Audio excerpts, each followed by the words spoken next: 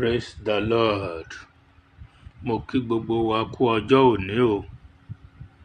Ọ̀pọ̀lọpọ̀ rẹ̀ la ó sì ṣe láyé. Lórúkọ Jésù, wàhálà ìdààmú ó kéré ni ó tóbi ni kò ní jẹ́ ìpín wa o. Bí ọdún yìí ti ń lọ sópin lórúkọ Olúwa, ẹ̀mí wa ò ní lọ sópin. Ààbò Jésù Kristi tó pé ju ọgbọ́n àti ìmọ̀ ènìyàn lọ kó máa bá ojú wa lọ, kó máa bá ìdílé wa lọ. Wọ́n ń jí ni gbé lọ́tùn, wọ́n ń jí ni gbé lósì, lórúkọ Jésù kò ní kan èmi àti ẹ̀yin. Ààbò Ọlọ́run kó dájú. Jésù Olúwa wa, àmín.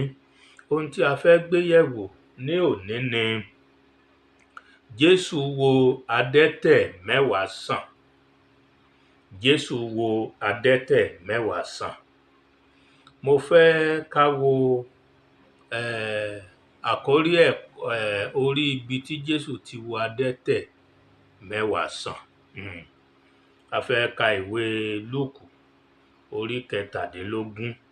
Mo fẹ́ kà láti ẹsẹ̀ 11 sí ẹsẹ̀ 19. Luke chapter 17 verses 11 to 19. Mo sì kà á báyìí pé, ó sì ṣe bí ó ti ń lọ sí Jerusalem, ó kọjá láàrin Samaria àti Gálílì. Bíbélì ní ó sì ṣe bí ó ti ń lọ sí Jerusalem, ó kọjá láàrin Samaria àti Gálílì. Ọ̀nà yẹn jìnnà síra wọn gan. Bí ó sì ti ń wọ inú ìletò kan lọ, àwọn ọkùnrin adẹ́tẹ̀ 10 pàdé rẹ̀. Wọ́n dúró ní òkèèrè, wọ́n sì nahùn sókè wípé, Jésù olùkọ́ni, ṣàánú fún wa.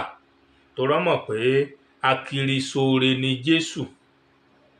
Àánú ló máa ń ṣe, kò níṣẹ́ mi o. Bó bá ti ń jáde lọ báyìí, àánú gbọ́dọ̀ mú àwọn kan bọ̀ sípò lọ́jọ́ yẹn. Gbogbo àwọn aláìsàn, oríṣiríṣi àìsàn tá àti ẹ̀gbọ́n rí kódà níran wa yìí. Bí Jésù bá ti ń lọ bẹ́ẹ̀, yóò sì máa mú wọn lára dá, yóò máa wò wọ́n sàn. Bẹ́ẹ̀ ni àwọn adẹ́tẹ̀ 10 yìí náà kóra wọn jọ. Màá fẹ́ ká wo ìtumọ̀ adẹ́tẹ̀ nínú ìwé Léfítíkù, bẹ̀tẹ̀ jẹ́ kí n ka eléèdè 19 náà, ká lè mọ iṣẹ́ tí Jésù ṣe lára àwọn adẹ́tẹ̀ yẹn. Verse 14. Nígbà tí ó rí wọn, ó wí fún wọn pé, ẹ lọ fi ara yín hàn fún àwọn àlùfáà. Ó sì ṣe bí wọ́n ti ń lọ, wọ́n sì di mímọ́. Bọ́n ti ń lọ fi ara hàn fún àwọn àlùfáà, ẹ̀tẹ̀ wọn sì kúrò. Mo ti rí adẹ́tẹ̀ rí o, nígbà tí mo ń lọ sí inú igbó, torí rural evangelist lèmi. Àti inú igbó dénú igbó ni ìrìn àjò wa la lọ máa ń wàásù sí. Ó yẹ ẹranko la rí o, tó bá sà ti fara hàn bí ènìyàn, àwọn wàásù sí ti wa kò kàn wá. Mo ti rí adẹ́tẹ̀ rí dáadáa. Kò sí ní tó dáa. Àwọn Yorùbá tán ní ẹni bá kọ́kọ́ débi òkú adẹ́tẹ̀, ibi tó dáa ní ó wù. Èmi ò rí ibi tó dáa lára adẹ́tẹ̀ o. Mi ò mọ̀ bóyá Yorùbá bóyá òwe yẹn ni wọ́n sọ kó yé wa dáadáa. Ṣùgbọ́n èmi ò rí ibi tó dáa lára adẹ́tẹ̀ o. A jẹ́ pé bóyá Yorùbá kàn ń sọ fún wa ni pé kò síbi tó dáa lára adẹ́tẹ̀. Ṣùgbọ́n ibi tó bá sà dáa jù, torí gbogbo ẹ̀ náà ni ó ti rí. Verse 15. Nígbà tí ọ̀kan nínú wọn rí pé a mú òun lára dá, ó padà, ó sì fi ohùn rara yin Ọlọ́run lógo. Jésù ló wòsàn o. Ó mọ̀ pé ẹnìkan ló rán Jésù ńṣẹ́. Ìránṣẹ́ ni Jésù. Ó sì fi ohùn rara yin Ọlọ́run lógo nípasẹ̀ Jésù náà ni o. Ó sì wólẹ̀ lẹ́bàá ẹsẹ̀ rẹ̀, ó ń dúpẹ́ ní ọwọ́ rẹ̀. Ará Samaria ni òun sì ṣe. Ará Samaria ni àwọn 10 yẹn. Kì í ṣe gbogbo wọn náà ni àlejò. Ará Jerusalem wà nù wọn o. Verse 17. Jésù dáhùn wípé, àwọn 10 kí a sọ di mímọ́, àwọn 9 ìyókù wá dà. A kò rí ẹnìkan tí ó padà wá fi ògo fún Ọlọ́run bí kò sí àlejò yìí. Samaria sí Jerusalem gbà yẹn àlejò làwọn ará Samaria jẹ́. Ọ̀kan ṣoṣo tó jẹ́ ará Samaria náà ló wá dúpẹ́ yẹn. Ó sì wí fún un pé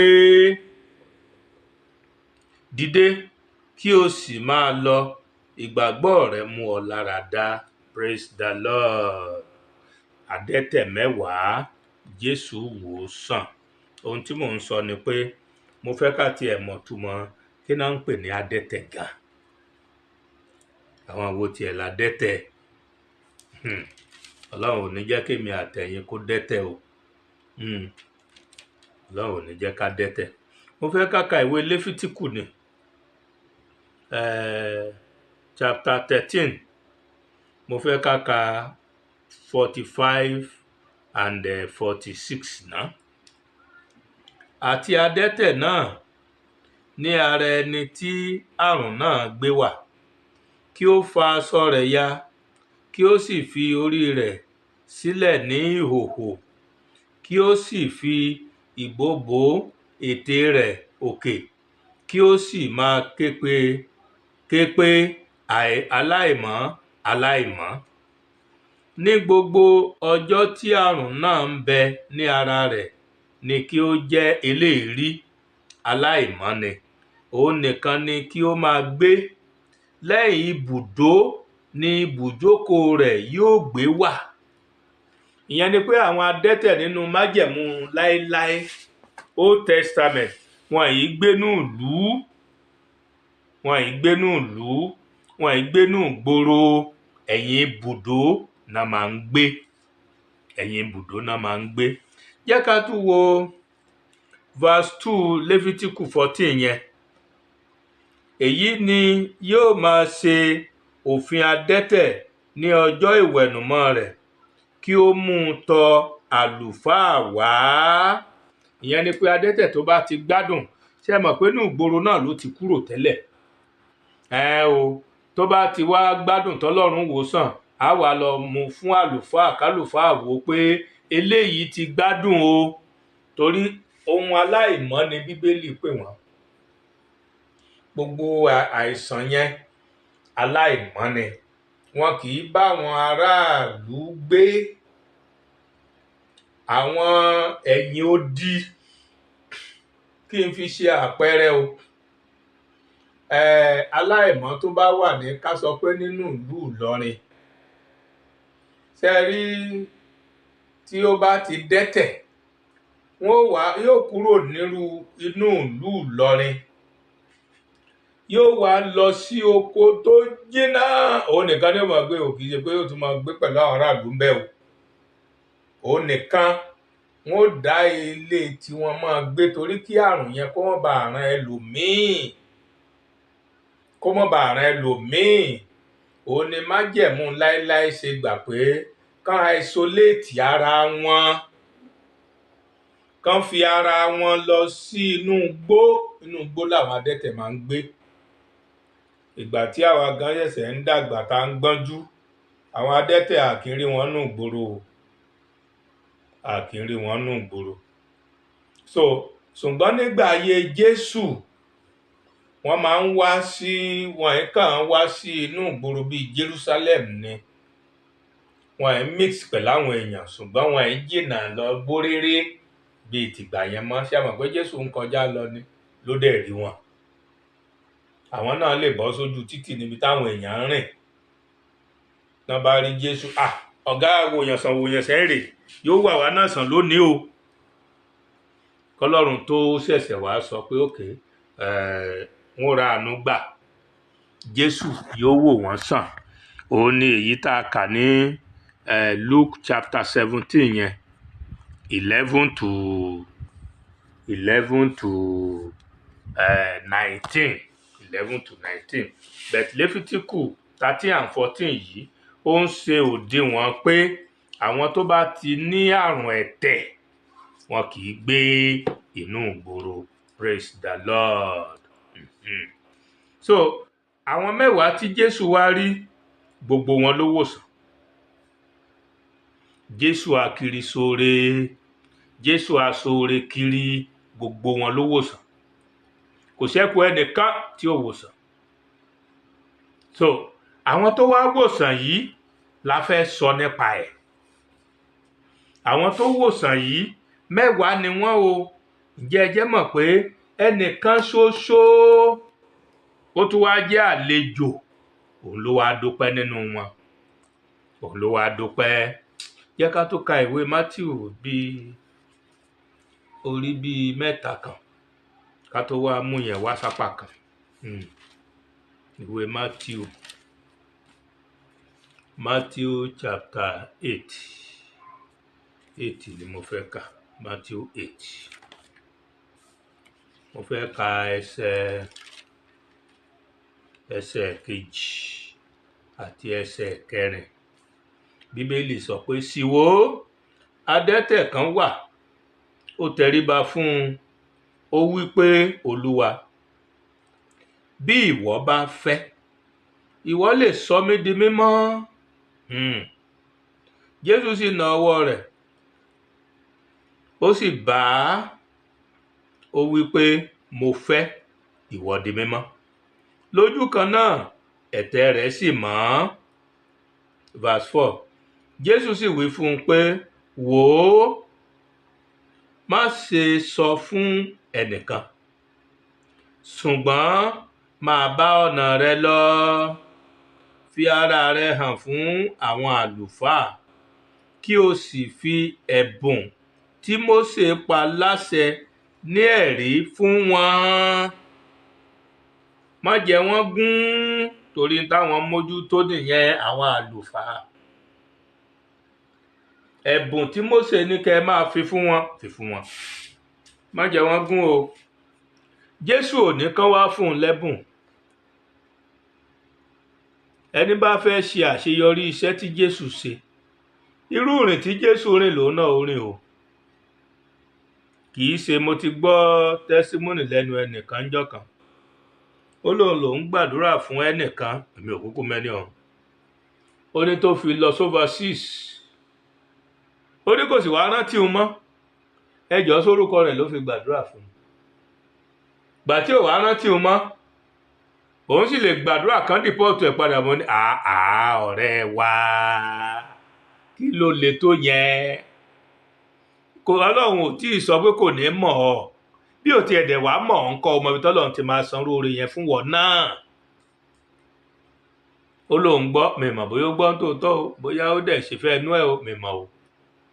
Ṣùgbọ́n ohun tí mò ń sọ ni pé, ṣé rí tí a bá ti fi orúkọ Olúwa ṣe, ẹ má jẹ́ ká rò pé à ń forúkọ Olúwa a fi ń ṣòwò.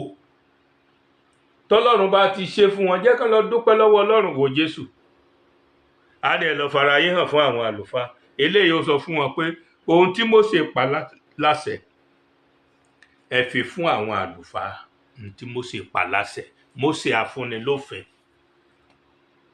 Ṣé ẹ mọ̀ pé Mósè wẹ́ sí Jésù, ó wẹ́ gan, ó jìnnà rere. Ẹ lọ fún àwọn àlùfáà ní ohun tí Mósè pa láṣẹ fún yín pé kẹ́ ẹ máa fún wọn tẹ́ ẹ bá ti rí ìwẹ̀nùmọ́. Torí wọn náà ti lè mingle pẹ̀lú àwọn ènìyàn, òyìṣàdẹ́tẹ̀ mọ́. Ohun tí mò ń gbìyànjú àti sọ ni pé, ṣé rí tá a bá fẹ́ kí iṣẹ́ ìránṣẹ́ tá a gbélé wa lọ́wọ́ kó jíṣẹ́ irú èyí tí Jésù ṣe, bí Jésù ṣe rìn làwa náà ó rìn. Bó o bá wá mọ̀ bí Jésù ṣe rìn, ṣé bó náà pè ọ́ ni, go back to the drawing board. Ẹni tó pè ọ́ yẹn gan lọ sọ fún báwo ni kí n ṣe rìn. Kí n tó bọ́ síta ni mo fẹ́ wàásù, màá ti béèrè lọ́wọ́ Ọlọ́run, Olúwa kí lẹ fẹ́? Kí lẹ fẹ́ kí àwọn èèyàn yín gbọ́? Bẹ́ẹ̀ èmi náà ń gbọ́. Bí mo ṣe ń sọ ẹ̀bà èmi náà ń gbọ́. Bí ìgbà tí èmi náà jókòó tí mo ń gbọ́ ni. Ọlọ́run á dẹ̀ sọ fún mi tí òun fẹ́ kó sọ ní yẹ́sà. Tèmi ò ṣáàjú yẹ́sà. Tẹ́nikẹ́ni bá ní nǹkan kan tó fẹ́ ṣe, èmi kọ́ ló béèrè lọ́wọ́ ẹ o. Rárá o. Èmi kọ́ ló béèrè o. Tèmi ni kí n jíṣẹ́ tààràn mi, kí n sì sẹ́ǹdì ẹ̀. Ẹni bá ní òun ò fẹ́ gbọ́ ọ̀rọ̀ Ọlọ́run, kí n yọ gúrùpù tiẹ̀ kúrò ní orí pílátífọ́ọ̀mù mi, ó tán, kò jù bẹ́ẹ̀ náà lọ. Torí kì í ṣàfipá ṣe iṣẹ́ tá a rán mi. Ẹni bá fẹ́ gbọ́ náà ni ó wà ńbẹ̀, ẹni tí ò bá fẹ́ gbọ́ yóò kúrò ńbẹ̀. Torí mi fẹ́ ní ẹnikẹ́ni lára, torí pa rán mi níṣẹ́. Òun ò dẹ̀ fẹ́ gbọ́, kí wàá lẹ̀bi ẹ̀ pé kò fẹ́ gbọ́? Kò lẹ́bi náà, ó ní right láti fẹ́ gbọ́ tàbí right láti má fẹ́ gbọ́. So kì í ṣẹ̀bi anybody. Ṣùgbọ́n ohun tí mò ń sọ ni pé ṣe rí tíṣẹ́ wa ò bá múná,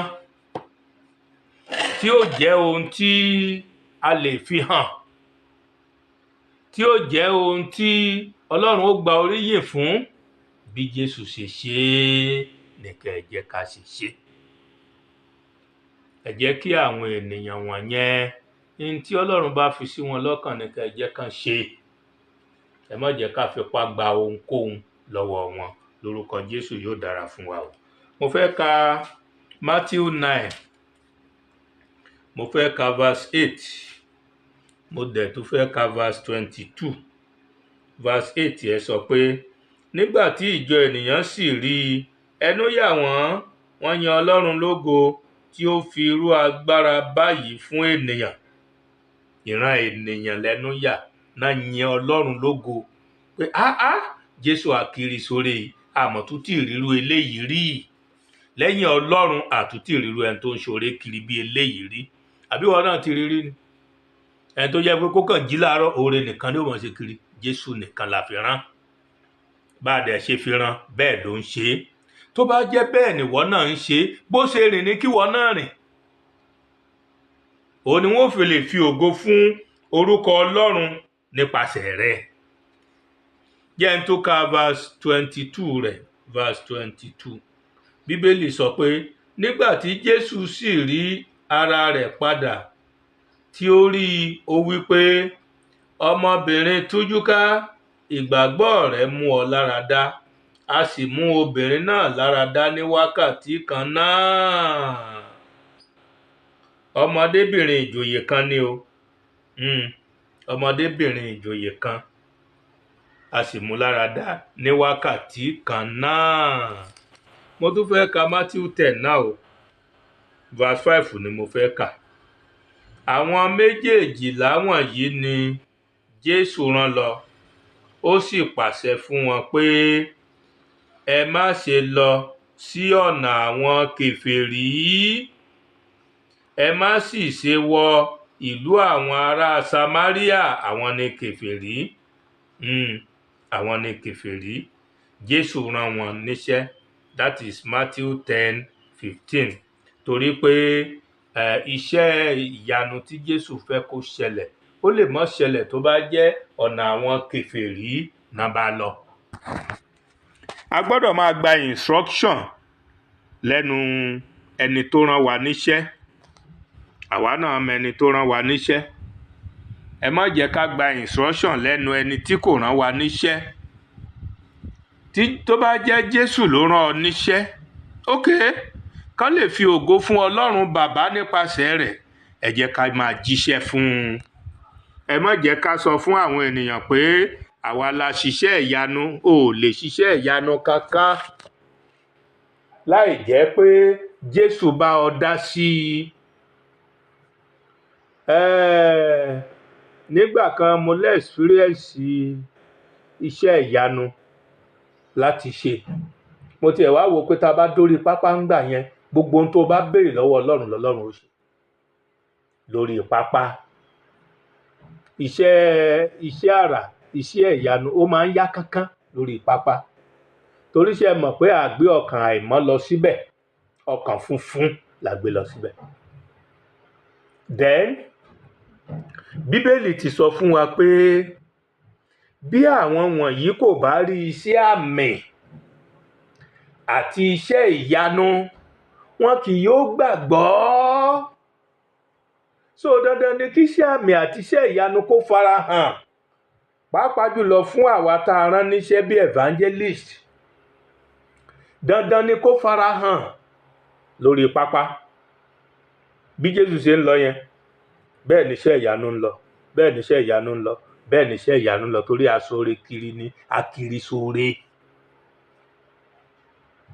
ṣùgbọ́n nígbà tí a dé Luke 17 tóun tó fi yàtọ̀ díẹ̀ ni pé àwọn ènìyàn wọ̀nyí wọn mọ bọ́ ti dúpẹ́. Ó gbọ́ bólórin kan ti kọ́ ni, ó ní ṣe mí lọ́lọ́pẹ́, ṣe mí lọ́lọ́pẹ́ o, má ṣe mí lábàárà mórè jẹ o, ṣe mí lọ́lọ́pẹ́ bàbá, ṣe mí lọ́lọ́pẹ́, ṣe mí lọ́lọ́pẹ́ o, má ṣe mí lábàárà mórè jẹ o, ṣe mí lọ́lọ́pẹ́ bàbá. Ṣé rí àwa tán bá ṣe lóore, ẹ jẹ́ ká mọ bí a ti dúpẹ́. Torí Jésù níbí ó ń retí pé àwọn ènìyàn wọn yóò wá dúpẹ́. Jẹ́ kí n ka verse 17 to 19 fún ọ. Nígbà tí ó rí wọn, ó wí fún wọn pé, mo fẹ́ kà láti 14. Ẹ lọ fi ara yín hàn fún àwọn àlùfáà. Ó sì ṣe bí wọ́n ti ń lọ, wọ́n sì di mímọ́. Nígbà tí ọ̀kan nínú wọn rí i pé a mú òun lára dá, ó padà, ó sì fi ohùn rara yin Ọlọ́run lógo. Ó sì wólẹ̀ lẹ́bàá ẹsẹ̀ rẹ̀, ó ń dúpẹ́. Ní ọwọ́ rẹ̀ ará Samaria ni òun sì ṣe. Nígbà tó wá dúpẹ́, Jésù wá rántí, àwọn adẹ́tẹ̀ ara àwọn adẹ́tẹ̀ 10 tí mo wòsàn ní 17. Jésù sì dáhùn wípé àwọn 10 kí a sọ di mímọ́, àwọn 9 yòókù á dà. 18. A kò rí ẹnìkan kí ó padà wá fi ògo fún Ọlọ́run bí kò sí àlejò yìí. Ó sì wí fún wọn pé, dìde kí o sì máa lọ, ìgbàgbọ́ rẹ mú ọ lára dá. Ìyẹn ni pé ìgbà táwọn yẹn lọ yẹn, àwọn yẹn wọ́n lè mọ́ tí ì mú wọn lára dá, kó kàn jẹ́ pàṣọ wọn di mímọ́. Ẹyọ kan tó wá dúpẹ́ yìí ló gba ìmúláradá nú wọn. Mo rọ̀ wá àwa náà, ṣe rí tí Ọlọ́run bá ṣe wá lóore, Ọlọ́run náà ń fẹ́ kéèyàn wá dúpẹ́. Ẹ jẹ́ ká mọ bí a ti dúpẹ́. Ẹ jẹ́ ká mọ bí a ti dúpẹ́. Àwa ìránṣẹ́ Ọlọ́run, ẹ jẹ́ ká mọ bí a kì í ṣe béèrè ọpẹ́ lọ́wọ́ ènìyàn. Ẹ jẹ́ kí Ọlọ́run fúnra ẹ̀ kọ sí wọn kán wá dúpẹ́. Tẹ́ni nìkan báyìí la mú lára dá, àwọn yòókù wọn kàn sọ wọn di mímọ́. Tí a ò bá mọ bí a ti dúpẹ́, Ọlọ́run lè mọ́ sọ̀rọ̀ ẹni bẹ́ẹ̀ di mímọ́ o. Ẹ̀yin tí ẹ̀ ń gba mérékù, ẹ jẹ́ ká mọ bí a ti dúpẹ́. Tẹ́ ẹ bá mọ bí a ti dúpẹ́, a ó mú yín lára dá. Kì í kàn ṣe pé a ó sọ yín di mímọ́ nìkan. Lórúkọ Jésù, Ọlọ́run yóò kọ́ wa o bí a ti dúpẹ́. Kì í ṣe gbogbo nǹkan lówó. Tó o bá lówó, ìyẹn ò ní kó mọ́ wá dúpẹ́. O gbọ́dọ̀ mọ bí a ti dúpẹ́, bí a ti dúpẹ́. Òun ni orin tí mo kọ yẹn. Ṣe mí lọ́lọ́pẹ́, ṣe mí lọ́lọ́pẹ́ o, má ṣe mí lábàárà mórè jẹ o, ṣe mí lọ́lọ́pẹ́ bàbá, ṣe mí lọ́lọ́pẹ́, ṣe mí lọ́lọ́pẹ́ o, má ṣe mí lábàárà mórè jẹ o, ṣe mí lọ́lọ́pẹ́ bàbá, ṣe mí lọ́lọ́pẹ́, ṣe mí lọ́lọ́pẹ́ o, má ṣe mí lábàárà mórè jẹ o, ṣe mí lọ́lọ́pẹ́ bàbá. Ẹ jẹ́ ká mọ bí a ti dúpẹ́, kí ohun tí Ọlọ́run ṣe fún wa kó lè jẹ́ dídá ṣákáṣáká. Lórúkọ Jésù, yóò dára fún wa o. Gbogbo àwa tí a ti so lóore, tí a ò dúpẹ́, ẹ jẹ́ ká lọ dúpẹ́. Ẹ jẹ́ ká lọ fẹ̀mí ìmoore hàn, kí ìmúláradá wa, kí ìwẹ̀nùmọ́ wa kó lè di ìmúláradá. Lórúkọ Jésù, yóò sì dára fún wa. Jésù Olúwa wa, àmín. I want to begin from the book of Luke, chapter number 17. I will read from verses 1 to 19. The theme of today's message is Jesus healed 10 lepers. Jesus healed 10 lepers. And the text is taken from the book of Luke, chapter 17, verse 11 to 19, and I read. And it came to pass, as he went to Jerusalem, that he passed through the midst of Samaria and Galilee. And as he entered into a certain village, there met him 10 men that were lepers, which stood afar off. And they lifted up their voices and said, Jesus, Master, have mercy on us. And when he saw them, he said unto them, Go, show yourselves unto the priest. And it came to pass that as they went, they were cleansed. And one of them, when he saw that he was healed, turned back, and with a loud voice glorified God, and fell down on his face at his feet, giving him thanks, and he was a Samaritan. And Jesus answered and said, Were there not 10 cleansed? But where are the 9? There are not found that return to give glory to God, save these strangers. And he said unto him, Arise, go thy way, thy faith hath made thee whole. The rest were not made whole. The rest were made cleansed. And who knows whether out of those remaining, the 9, whether their leprosy still came back? Who knows?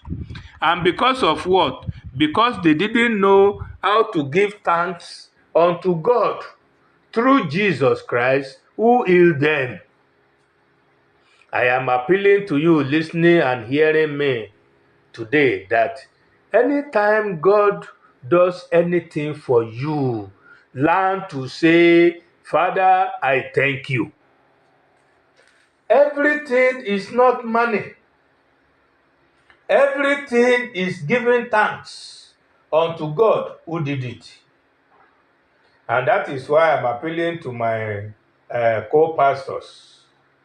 Please, don't think anybody you pray for and his prayer was answered must come and give you something. Let God touch his or her heart to do just that which you think should be done. If he knows to give thanks, like Jesus now, when those 9 did not come to thank him, he didn't force them. He didn't arrest them. He didn't say bad words concerning them. But he said to the one who came to thank him that he was made whole. So my brother and my sisters, it is good to give thanks. Kò mọ̀ wá di abara móore jẹ́ kọ́bí àti dúpẹ́ nígbà tá a ṣe ọ́ lóore. Tó tàn, Yorùbá gan sọ̀rọ̀ wọ́n pòwe, wọ́n ní yínníyínní kẹ́ni lè ṣe míì. Yínníyínní kẹ́ni lè ṣe míì. Àwọn míì tán bá ń dúpẹ́ lọ́wọ́ mi fún nǹkan kékeré kan tọ́lọ́run tọwọ́ mi ṣe fún wọn, ọpẹ́ wọn gan ti máa ń pọ̀ jù.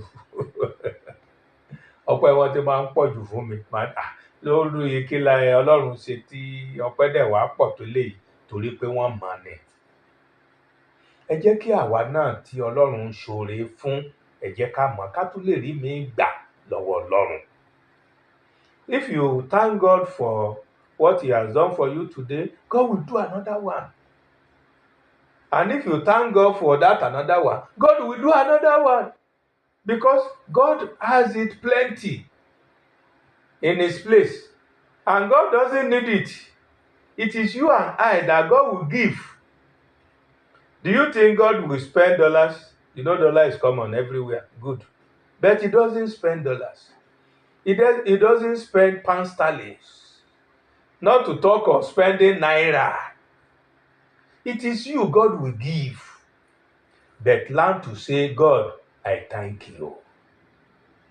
Even if it is not money that he has given you, if it is life, thank him for life. Or can you make your own life? Can you make life? Even Oyibo man cannot make life. You cannot make life. Nobody can make life. The devil cannot make life. If you die, the devil cannot wake you up. Yes. And that is why you have to be in the comfort of God. He is the only one who can do what man cannot do. God is the only one who can do what the devil cannot do. Nobody can do what God will do. So learn to give thanks. Are you one of the 10 lepers Jesus healed? Are you one of the 1 or one of the 9?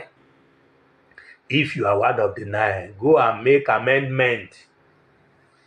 This is time for you to make amendment. Yes, you can make amendment. You can say, God, I am very sorry. I am sorry. I am sorry indeed. And God will say, that's all right. That's all right. Don't do that again. And the moment you don't do that again, God has forgiven you. God has forgiven you. Ask God for anything again. He will do. We are the one cheating ourselves. God wants to give us life much more than we are living on earth. God has it in abundance. Yes, now. He has it plenty. If he's giving Dangote that which is given him, do you know if he can give you much more than that? If you truly need it, sure. Look at what that gentleman is doing. He's giving food on the table of very good number of Nigerians and everywhere. If God knows that you too, you will not carry our money, the money you have stolen to America or to London or to China or to Dubai, he will give you. Look at a lot of our people carrying our money to World Bank and there are central bank. There is there are central banks almost in every state. There are commercial banks. If you take trillion to any commercial, like First Bank now, I'm not advertising. If you take any amount to First Bank, to UBA, to Zenith Bank, to all our commercial banks, they will take it. They will keep it for you. You can be taking your money at will. Yes. But if God will do that for you, it should be the type that will say, Father, I thank you. God, thank you. God, thank you. And that which God has given you, you should be able to give to other people too. If God knows that you give it to other people too, you will have mercy on other people too. He will give you.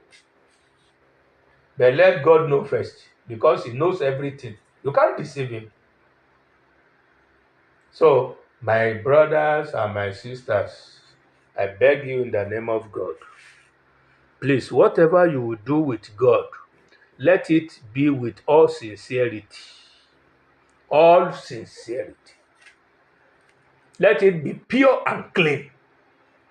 Coming to say thanks to God when you receive anything good from him is a way of being pure. So be pure, and God will do much more in the name of Jesus. I decree and declare that this year you have lack, God will give you abundance. You will have much more. You will have no lack again in the name of Jesus. The gift of this festival coming, God will grant unto you in the name of Jesus. God bless you as you listen to this message. You will not remain the same again in the name of Jesus. Thank you, Lord Jesus, for I pray in Jesus' mighty name. Amen. Amen. Amen. And amen.